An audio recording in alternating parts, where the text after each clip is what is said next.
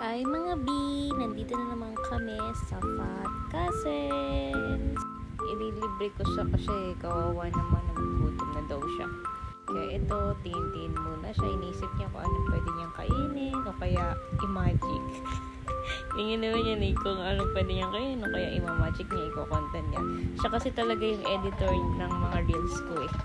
Yan, naiinip na siya dyan. Tsaka nagkagalit na siya, bakit daw iced tea lang.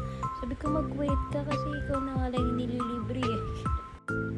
Yan, waiting lang siya kasi gutom na yan, di lang halata, kaya binigyan ko muna siya ng iced tea, pampakalma. Tapos yan, nag-iisip pa siya ng imam-magic niya. Diyan daw muna siya sa may kotse, dun daw siya tatalon. Tapos bigla daw siya mawawala, ganun daw. Oh, yan, habang nag-wait kami, nagkukunin daw siya sa kotse, kaya inutusan niya ang buksan yung kotse. Kaso ayaw ko, pinagtitripad ko pa siya, kaya ayan, gagalit na siya. Sabi niya, ayan, buksan mo pinto.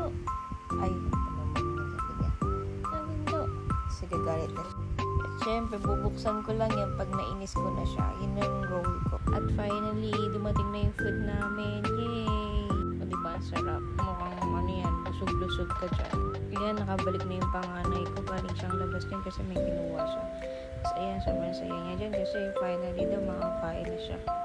Salamat ka talaga, sahod day ko. And ayan na, uwi na po kami. Bye-bye mga B. Bye-bye ka na. Oh, bye-bye. Huwag ka magulo. Sabi mo lang bye-bye. Huwag ka magulo. Sabi mo nga bye-bye eh. Bye.